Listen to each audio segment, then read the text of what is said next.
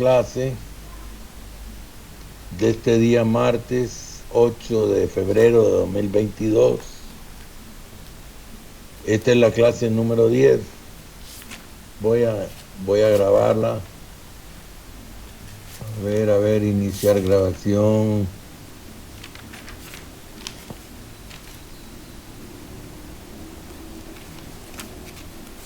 Iniciar grabación.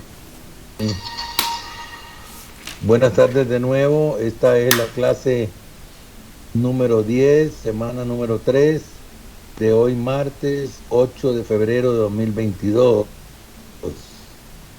Estamos en Act 1 del año académico 2022, en la sección 1501 de la clase de Sociología SC 101.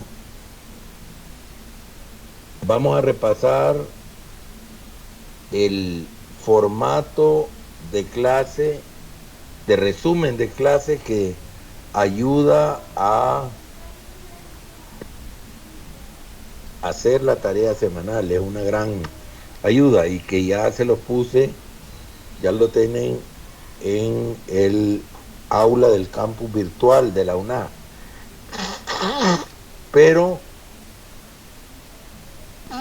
hay algunas actualizaciones. Ustedes saben que primero arriba tenemos el encabezado y al final tenemos 4 espacios que son, al final tenemos la lista de autores, la lista de conceptos, las preguntas guía del día, y he agregado un espacio para las tareas de hoy. Y dentro de las tareas de hoy, las tareas diarias de hoy. Ese sería el esquema. Yo además agrego en mi esquema, en mi formato, un espacio para los puntos de estímulo. Pero eso solo es para el uso del docente. Voy a leer despacio los conceptos que vamos a ver el día de hoy.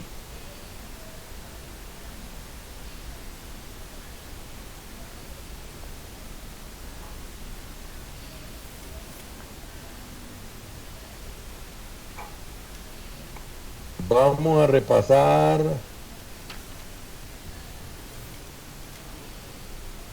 los orígenes de la sociología,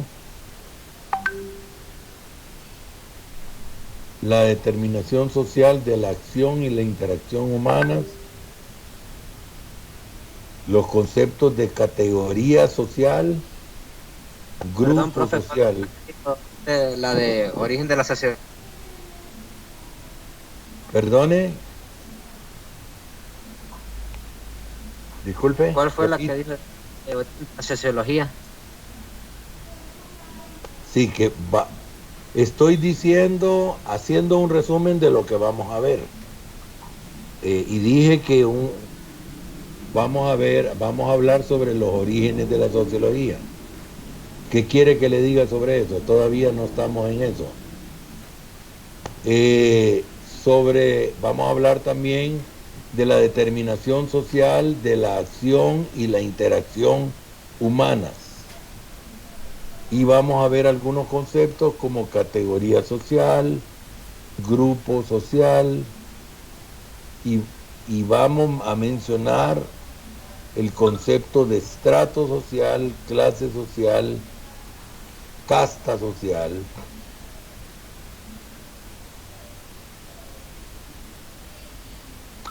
Vamos a hablar un poco de filosofía y de algunas ramas de la filosofía, como gnoseología o simplemente nociología, así como se oye, con ese, nociología, epistemología, que no hablamos ayer de esto, etnia, grupo étnico, pueblos originarios, Reforma de Córdoba, Pedagogía Freiriana, y dentro de los autores que vamos a mencionar están Masters, con S al final, y Johnson. Reforma de Córdoba, como autor, Paulo Freire, Descartes, o sea, Descartes, entre otros.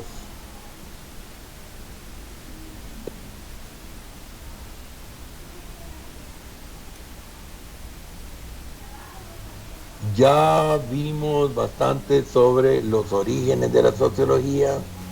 Dijimos que en el siglo XIX se dan condiciones para que se desarrolle el pensamiento científico.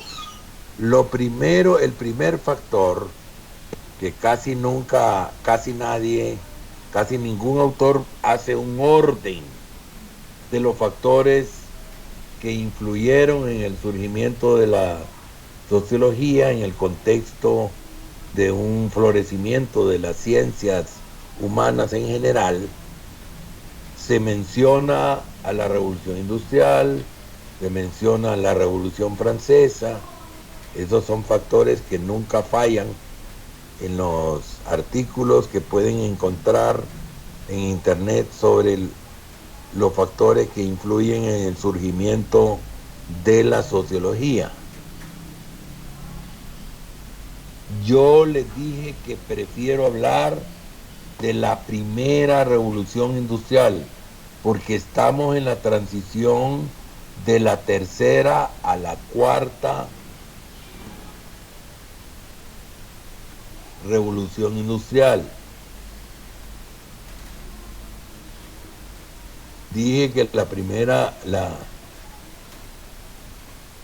hablo de la primera revolución industrial porque han habido varias, y por eso prefiero hablar de la primera revolución industrial y no simplemente de la revolución industrial. Eso está en un artículo que les voy a enviar. La segunda revolución industrial, por ejemplo, surge con el paso de la energía basada en el uso del carbón y el vapor a la electricidad, el gas y el petróleo, el surgimiento de nuevos medios de transporte como el automóvil, el avión y otros, nuevos medios de comunicación pasando del telégrafo al teléfono y el radio, que llevan a una primera fase de internacionalización de las economías y de las sociedades en general, fenómeno que Vandana Shiva, con V, Vandana Shiva, llama mundialización, para diferenciar del concepto de globalización, con Z y con C, globalización, diferente de mundialización. Voy a dar una noción básica de cada uno de estos dos conceptos. La globalización es el proceso de estandarización de las reglas y normas de funcionamiento de la sociedad, especialmente de la economía y de la política. Y la mundialización es el proceso mediante el cual, por decirlo de una manera coloquial, popular, el mundo se va haciendo cada vez más chiquito. Todos nosotros y todas ustedes, las compañeras que nos acompañan, que son parte de este grupo de 43 que están junto conmigo en esta clase,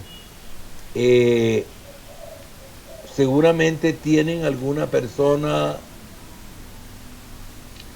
con la que pueden comunicarse y que está en otro país.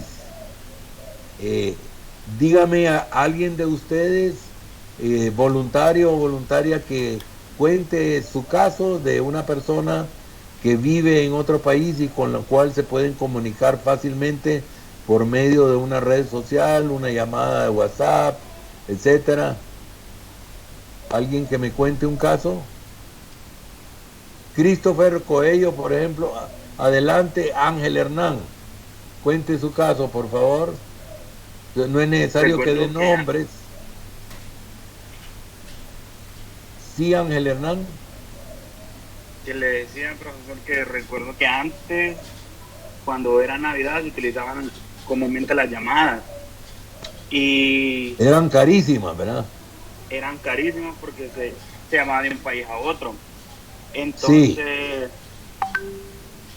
Recuerdo que a veces se caían las líneas y un montón de cosas pasaban. O no se oía bien. O no se oía bien. Y ahora con la modernización de todo, entonces ya uno puede llamar a la hora que quiera, cuando quiera y gratis. Claro. Y recuerda que había que pagarle a Hondutel, ¿verdad? Salía en el recibo. En el recibo de Hondutel salía el costo de la llamada, el precio. Y le cobraban a uno.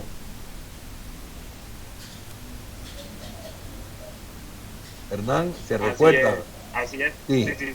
Los más jóvenes de ustedes probablemente no pasaron por eso, no se acuerdan de eso. Por ejemplo, Jorlin, ¿usted qué edad tiene? 21, profe. ¿Usted alguna vez supo de una llamada o usted hizo alguna llamada internacional que fue cobrada por Hondutel? No, profe. Ya no pasó por eso. Y recuerda haber escuchado, pero recuerda haber escuchado usted a su papá o a su mamá llamando larga distancia y que llamaban a Hondutel y decía quiero una llamada de larga distancia y le preguntaban ¿a qué país? Déme el número. ¿Pidió esa experiencia? Sí, eso sí, también los teléfonos que uno se encontraba públicos, que tenía que darle con monedas. Sí, con monedas, teléfonos públicos. Y también los teléfonos fijos, ¿verdad? ¿Usted alcanzó a ver teléfonos fijos? Dani, Fabricio, ¿tiene la palabra? Bueno, también estaba el caso para la gente que no tenía salida llamadas a larga distancia, se iban a los cibers también a buscar llamadas a España. Sí, hubo una época de transición, ¿verdad? Donde ya había disponibilidad de llamadas internacionales. Habían lugares, por ejemplo, uno podía ir al Palacio de las Comunicaciones Eléctricas, que los mayores le llamaban telégrafo, que queda cerca del Barrio Bajo, en el centro, cerca del Barrio Bajo, y ahí uno pedía llamadas internacionales. El que tenía teléfono fijo lo pedía desde la casa, ¿verdad? Desde teléfono fijo. Pero después hubo una transición en que ya existía internet y existían los cibercafés, como el que usted está mencionando, y ahí pedía la llamada. Y al principio se la cobraban como que si era una llamada que les resultaba gratuita para ellos, solo pagaban una mensualidad de internet y le cobraban carísimo. Después se fueron abaratando las llamadas. Sí, así es. Y después cada quien, cuando ya surgen los teléfonos celulares y las aplicaciones que uno instala en su computadora, por ejemplo, yo el viernes tengo una llamada colectiva con gente de varios países de América Latina.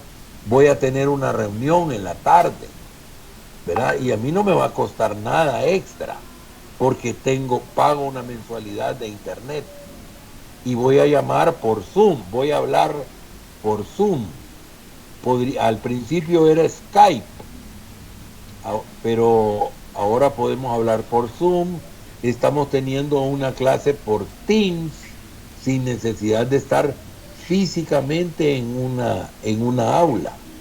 Cuando yo estudié en la Universidad de Honduras, antes de irme a Chile y a Costa Rica, eh, eh, te- tenían que ser presenciales las clases.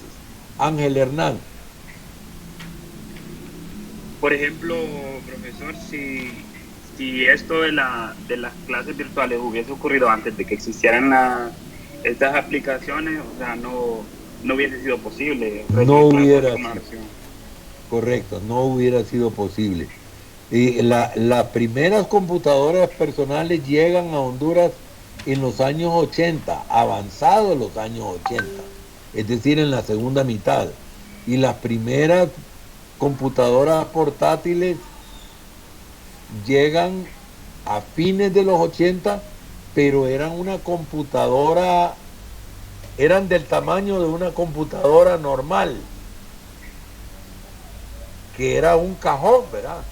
Como de unas 6 8 pulgadas de alto, unas 24 pulgadas de ancho y 24 de largo. Y entonces el teclado servía de tapadera de donde se metían los discos, que primero eran flexibles y después surgieron los de 5.25 creo que eran, que ya eran rígidos, externos, y había un disco duro ahí, un disco que se movía. En las computadoras de ahora ya no existen los discos, el llamado que se quedó llamando disco duro no es un disco, es una memoria, como una memoria que le llamamos en Honduras USB, nada más que más grande, con mayor capacidad. ¿Verdad? Ha venido evolucionando la tecnología y todo eso se ve influido y a su vez influye en el fenómeno de la mundialización de la que habla Vandana Shiva, para diferenciar de la globalización. Que la globalización es el funcionamiento de las reglas de funcionamiento de la sociedad. Por ejemplo, la utilización de las divisas, por ejemplo, el dólar o el euro o el Bitcoin para transacciones internacionales. Eso es nuevo, se ve influenciado por la globalización y la mundialización y a su vez influye en facilitar la globalización y la mundialización. Ahora, toda acción humana y toda interacción humana es socialmente determinada. Quiere decir que se realiza de manera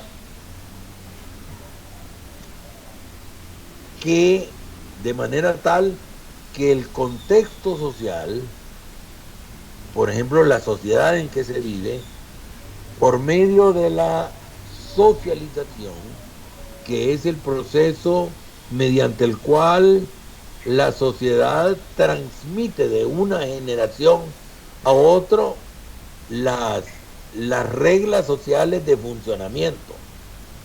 Tenemos la socialización, que puede ser primaria, secundaria o terciaria. Todos nosotros, los 44 que estamos acá, y las compañeras que están aquí, y todos los varones que estamos aquí, hemos tenido una socialización primaria en el seno del hogar, y fuera del hogar la socialización secundaria. Adrián Jafet. Oh, sí, agregando a lo que estaban hablando anteriormente sobre, por ejemplo, plataformas así como Zoom o Teams para recibir clases. Me cuenta una tía que anteriormente, cuando ella estaba estudiando, ellos no asistían a la escuela, sino que recibían la clase por radio y tenían una hoja de trabajo, Sí. la cual iban llenando con Las escuelas radiofónicas se llamaban. Sí. escuela radiofónica. Fue la primera forma electrónica de educación a distancia. Sí, muchas gracias por el ejemplo. Era por radio, es decir, una emisora, ¿verdad? Una radioemisora que era la escuela radiofónica, creo que tenían su propia radioemisora y transmitían o contrataban un espacio en una radioemisora comercial normal y así se hacían las clases. Y como usted dice, tenían unos cuadernos especiales. Mi hija menor hizo, con excepción del kinder, la educación preescolar, toda la educación primaria y secundaria la hizo a distancia, como que si estuviera en Francia ella, con profesores tutores, uno o dos profesores tutores, pero los profesores eran de... Voy a contestar una llamada, pero ya retomo la clase. Gabriela, estoy en una clase. ¿Me pudiera llamar a las 4, por favor? Me llama a las 4, por favor. Listo, a las 4 le llamo y disculpe. Gracias, no hay cuidado. Ok. Entonces,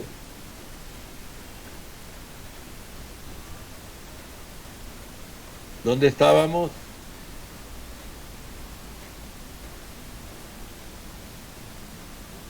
Que su hija había tomado las clases. Ah, sí, el ejemplo de mi hija menor, que estudió toda su vida escolar, primaria y secundaria, que ustedes saben que internacionalmente es una educación continua, que no la separación básica que había antes entre primaria y secundaria, y después se pasó a educación básica hasta 9º grado y después la secundaria. Ella la pasó estudiando como que si estuviera en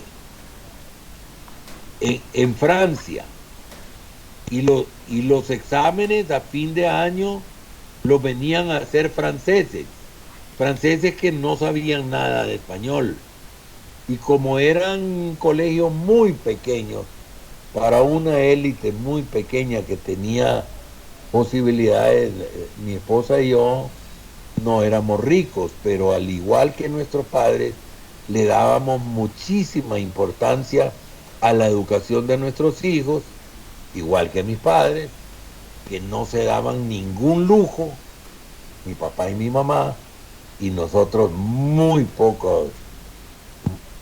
Nuestro consumo era muy sobrio, y el mayor gasto que hacíamos era en la educación de nuestros hijos, en nuestro caso nuestras hijas. Bueno, todos, mi hijo mayor y mis 2 hijas de mi segundo matrimonio, estudiaron todos en el colegio, en lo que se llama en toda América Latina el Liceo Franco, que va cambiando de nombre: franco hondureño, franco nicaragüense, franco costarricense, franco chileno, etcétera, etcétera, ¿verdad? Yo solo estudié el francés, así, en la Alianza Francesa, y estudié inglés en el Instituto Hondureño de Cultura Interamericana en Honduras, y en el Chileno Británico en Chile. Estudié inglés británico, British English, que tiene un acento muy diferente al estadounidense. Podría haber estudiado el inglés de Estados Unidos, pero preferí vivir la experiencia del inglés británico, que es el inglés original. Entonces, estábamos diciendo que toda acción humana y toda interacción humana, entendiendo por interacción la acción de relacionamiento de 2 o más actores sociales, que pueden hacer grupos sociales o pueden ser individuos. Por ejemplo, una persona que entra a una tienda presencial y pide, digamos, un supermercado y va con su carrito y va metiendo ahí abarrotes y va a la carnicería del súper, pide ahí, como pido yo, huesos para mi mascota, o pido unos bistecs para la casa y me vengo, llego a la caja, pago y me traigo esa compra para la casa. Ustedes saben que cada vez más, y se dice que en 1930, si no recuerdo mal, les recomiendo que busquen una previsión que publicó la revista The Economist de Estados Unidos. Publicó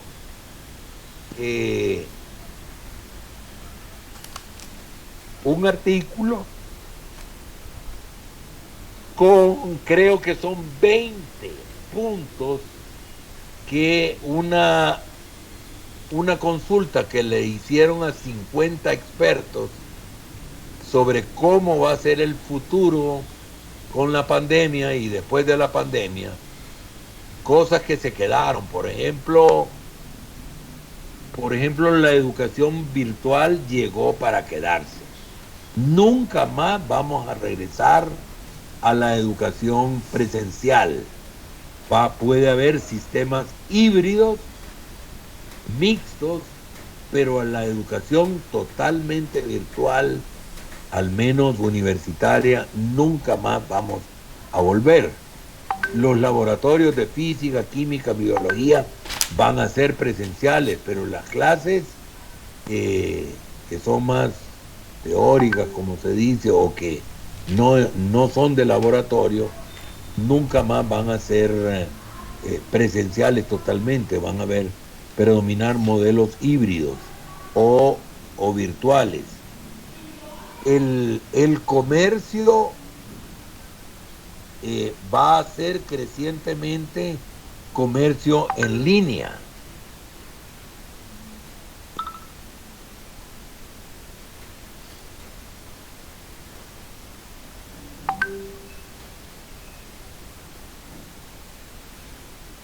Todos queremos volver a socializar, ver a otros seres humanos, no estar encerrados en la casa.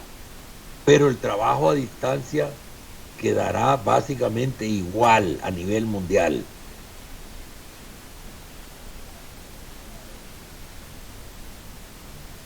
Las oficinas se van a cerrar en un porcentaje altísimo.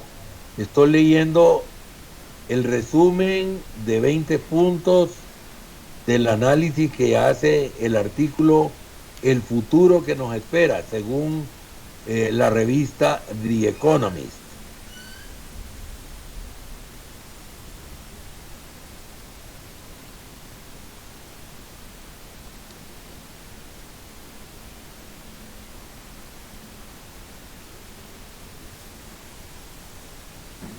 Las oficinas van a cerrar en un porcentaje altísimo.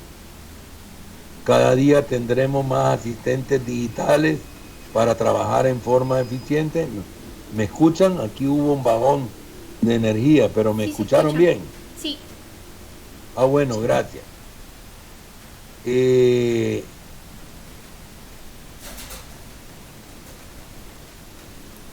Las grandes corporaciones serán recordadas por siempre como los enormes mamuts que existieron desde los años 80 hasta 2020 y serán consideradas una empresa, un ente en extinción.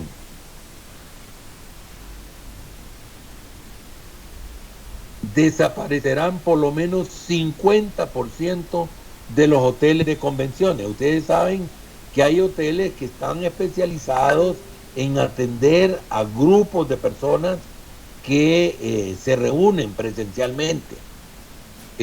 Por lo menos el 50% de esos hoteles, de esos locales, van a desaparecer.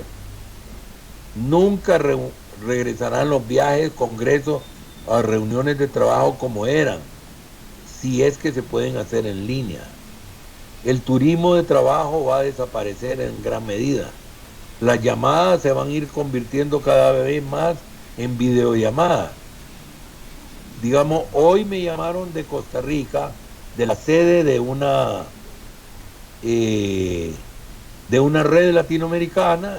Era una colombiana que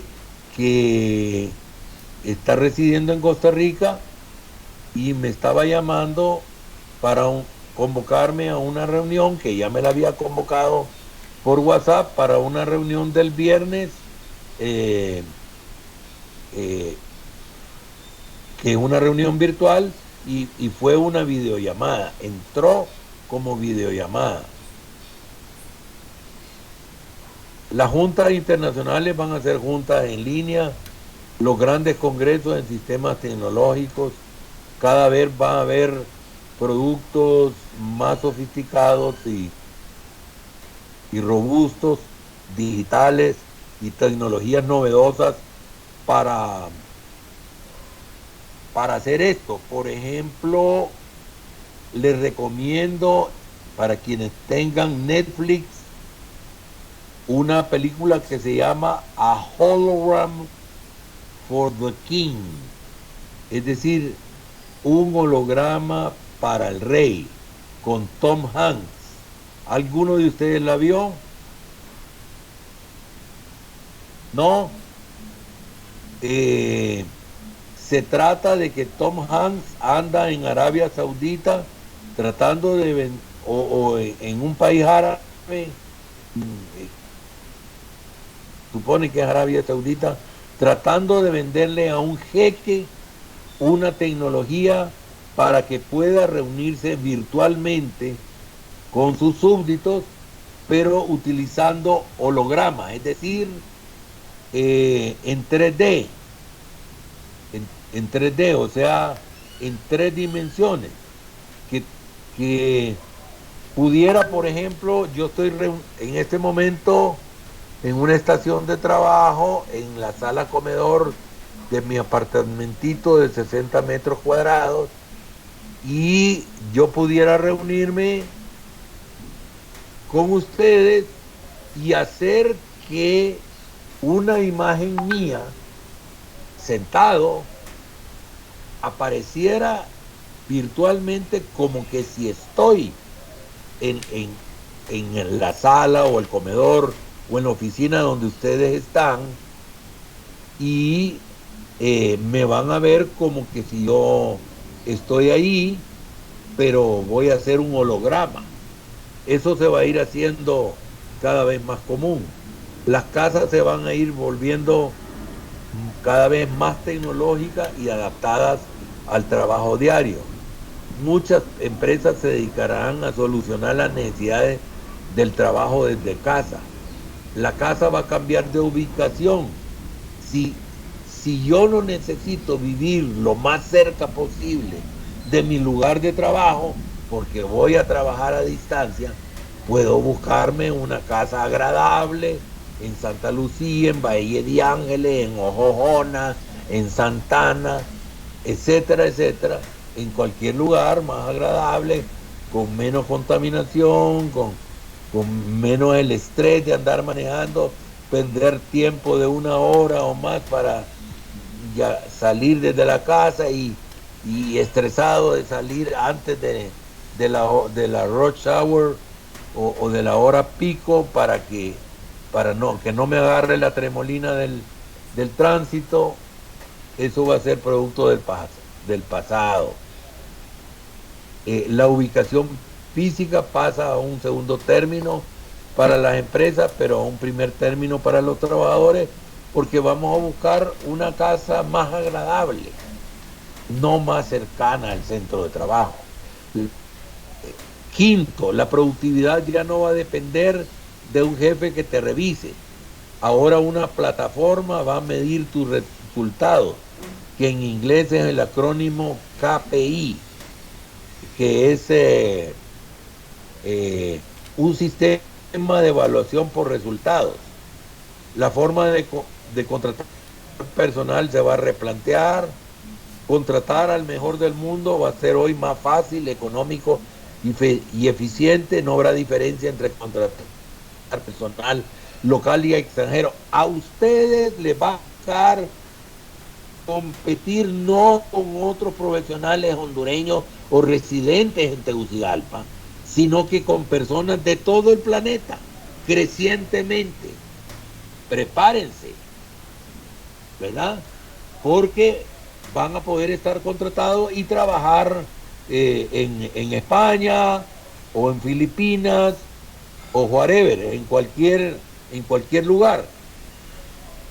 Y eso les va a afectar mucho a ustedes. Hoy todos somos globales y mañana lo va a ser más todavía. Todo lo rutinario se va a ver virtual y con un esquema de suscripción desde las iglesias. Yo tengo una amiga aquí en casa, mi asistente, que ya ha asistido a cultos virtuales, ¿verdad, doña Doni? Ya ha estado en cultos dominicales virtuales. Probablemente algunos de ustedes ya han estado en reuniones virtuales de culto, ¿verdad? Ya, y también misas de católicos virtuales. También hay museos virtuales. Hay un museo de Van Gogh en línea que es impresionante, y hay dispositivos para ayudarnos en esto. Por ejemplo, una especie de anteojos gigantes que uno se lo pone, que algunos de ustedes tal vez tienen o los han visto, que uno mira en 3D. Eso yo lo vi en los estudios Universal de Estados Unidos, en California, y también en la Florida, en Disney, en los parques de diversiones de Disney y en Orlando y en California, y en Orlando, Florida, y en California, y en los estudios Universal en California. Yo tuve ocasión de ir con mi esposa y ponernos unos anteojos especiales y ver películas en 3 dimensiones, donde uno está viendo como que si estuviera uno en medio de la acción, y uno siente que unos caballos que vienen desbocados en sentido a uno, que vienen uno y lo atraviesan a uno, pero ahí uno siente que lo van a atropellar, hasta se mueve uno. Y también cine que va más de 3D. Ustedes pueden ir al último piso del Mall Multiplaza, donde están los cines, y tienen ahí unos asientos, creo que son 8 asientos de 2 filas, 4 y 4, algo así, un pequeño demo, donde le ponen a un demo a uno de cómo va a ser el cine en 3D, donde incluso si hay un temblor en la película, va a temblar el asiento. O si van en un coche de caballos, se va a mover como que si ustedes fueran en el coche a caballos. O si van en un avión y entra una zona de turbulencia en la película, van a sentirlo también. Todo eso va a ser parte del futuro. La salud mental se vuelve un tema recurrente, y grandes plataformas ayudarán a la gente a solucionar problemas de este tipo. Las empresas que no inviertan por lo menos 10% en nuevas tecnologías van a desaparecer. El turismo de entretenimiento regresa totalmente fortalecido en el segundo semestre de 2023, siempre acompañado con mucha tecnología en su operación, desde la compra, la operación y las experiencias a recibir. El manejo de datos personales se vuelve más delicado y las grandes plataformas van a cambiar. La gente pagará servicios por suscripción porque preferirá conocer cómo se maneja su información personal. Pagará por mantener el control de sus datos. Las grandes marcas van a valer más por su credibilidad. Todo se puede copiar o replicar menos el prestigio.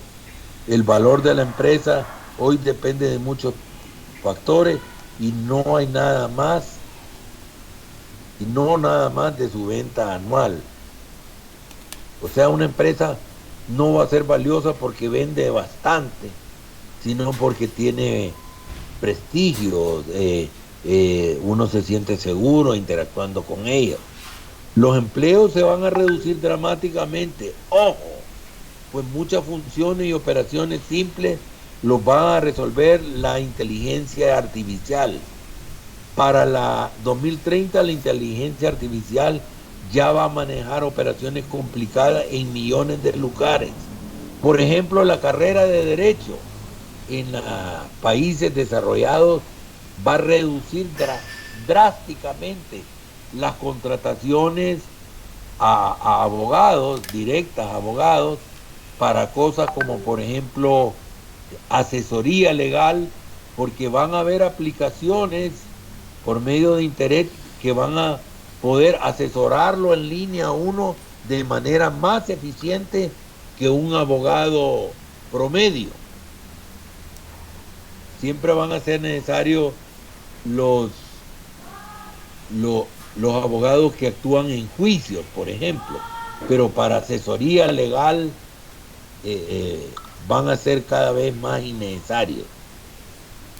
Estudiar offline y online va a ser lo de lo más normal. Las escuelas y universidades se transformarán en un esquema híbrido para siempre.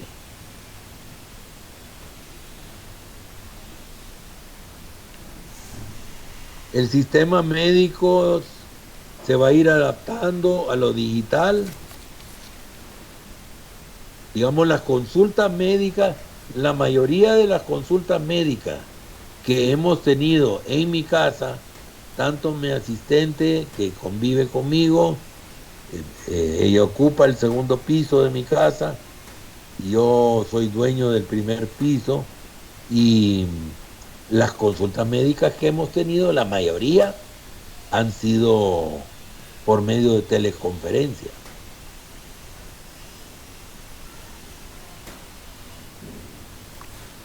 Ya va a haber sistemas que yo en mis vacaciones de diciembre y enero pude verlo en Alemania, que van a haber pruebas rápidas que uno las va a andar cargando. Yo puedo por medio de un código QR mostrar un documento que le va a dar al funcionario, por ejemplo, de aduanas, de migración, que quiere saber si yo tengo todas las vacunas. Le voy a mostrar en mi celular un holograma y él va a escanear con un escáner en su celular un código QR. Yo así anduve y ahí va a tener todos los documentos, mi pasaporte y todo. Siempre van a existir los pasaportes, pero por medio de un código QR se va a controlar de mejor manera.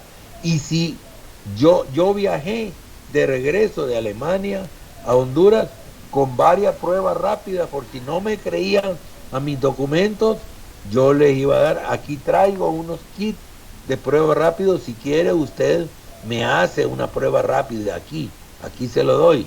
Entonces la persona podría abrir el paquete, sacar un hisopo, impregnarlo de una sustancia, todo eso viene sellado, pero rompería la cédula, me tomaría una muestra con hisopado nasal, lo metería después en un compartimiento líquido con unos con unos reactivos y luego sacaría el hisopado y pondría una gotita en, en una en un aparatito plástico como el que usan las mujeres para saber si están, la prueba de embarazo. Eso fue el primero que existió del embarazo, ¿verdad? Entonces poner una gotita en un espacio ahí y ahí va a decir si soy cero positivo o cero negativo de COVID-19. Eso va a ser de lo más común para todo tipo de enfermedades. Los patrones de consumo personal sufrirán grandes cambios. Y bueno, así y otros, yo les voy a mandar estas predicciones de The Economist, me la cobran. Por favor, nos quedan 4 minutos. Las preguntas guía entonces de hoy es: ¿qué impacto tuvo la reforma de Córdoba en la educación de América Latina y de la UNA? ¿Cuáles fueron los conceptos vistos el día de hoy? ¿Cuáles son algunos, mencione algunos 5 temas de las predicciones que The Economist publicó a fines del año pasado para el futuro que nos espera? ¿Es la filosofía una ciencia? ¿Es una ciencia o no es una ciencia la filosofía?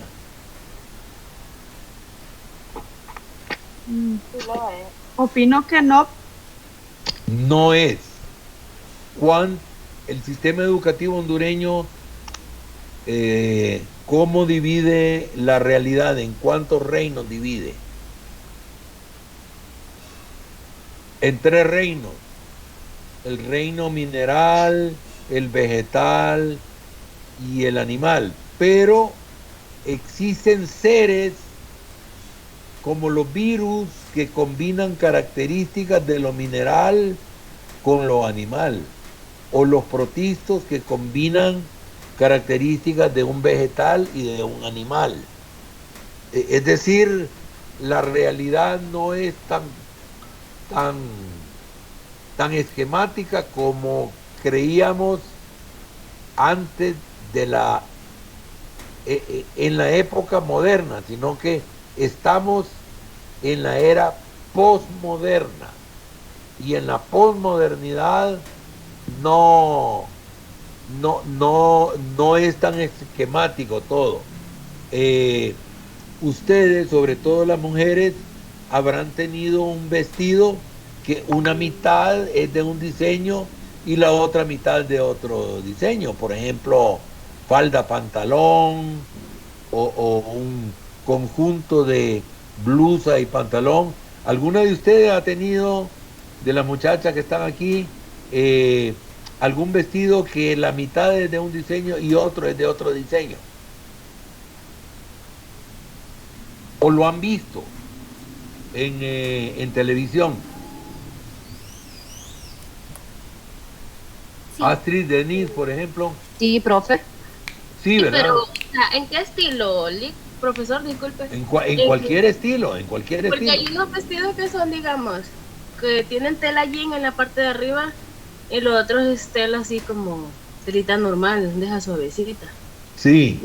Y hay otros que son, digamos, como faldas, pero tienen como un short también que los cubre solo tienen como Sí. una parte de adelante que los cubre con falda.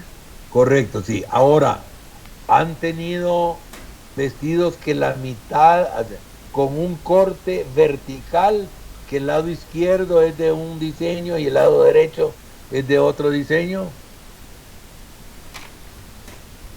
¿O lo han visto? Sí, ¿verdad? Eso en la época moderna era impensable. Todo era más esquemático. Si mi vestido era negro todo, ¿verdad? Ahora en la posmodernidad hay mayor creatividad para los diseños. Antes los vestidos solo eran de un solo fondo y prácticamente rectos, porque ya se les agregaban otros colores, decían que era algo como ridículo. ¿Verdad? Y ahora hay una variedad inmensa. No hay límites para la imaginación de un diseñador o una diseñadora, ¿verdad? Y uno ve en los desfiles de moda cosas que probablemente ninguno de los 45 que estamos reunidos nos pondríamos en moda femenina y masculina, pero que el jet set, la high life, en un cóctel puede ser que se lo ponga, ¿verdad? Lo compre, pero nosotros no, ¿verdad? Y de lo más estrambótico. Vimos conceptos como categorías sociales que dijimos que eran agrupaciones estadísticas de personas de una misma sociedad que poseen en común cierta característica. Por ejemplo, el sexo, el estado civil, el grupo étnico, el tipo de lugar de residencia, etcétera. Dimos la definición de grupo social como conjunto de familias e individuos que poseen en común, de una misma sociedad, que poseen en común una misma característica social. Vamos a ver, anunciamos que vamos a ver los conceptos de estrato social, clase social, casta social, estructura social, grupo étnico.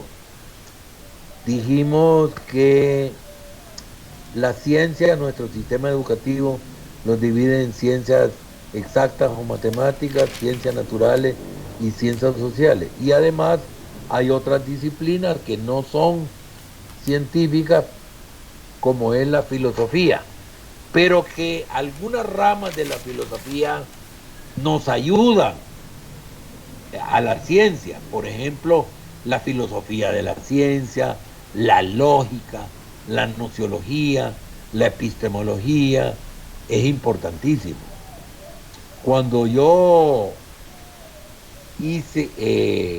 terminé mi secundaria y estudié filosofía en el primer año de la UNA, en el CUEC que se llamaba, y me dio Gonzalo Villada Londoño, un ex seminarista, me dio clase de filosofía, y yo quedé claro de que tenía que estudiar junto con la sociología, tenía que estudiar lógica, epistemología, y cuando fui a Chile llevaba mis cursos de sociología en la Universidad de Chile, pero tomé cursos extra en la Católica, en el CEREN, Centro de Estudios de la Realidad Nacional, para un curso de epistemología y otro curso de economía política, porque es muy importante la economía política para hacer sociología, sobre todo en la orientación filosófica que yo tengo en mi orientación teórica. El marco teórico que yo manejo al hacer sociología le da una gran importancia a la sobredeterminación de lo económico hacia lo social. El concepto de sobredeterminación significa determinación en última instancia, no es algo mecánico. Bueno, se nos terminó el tiempo. ¿Preguntas?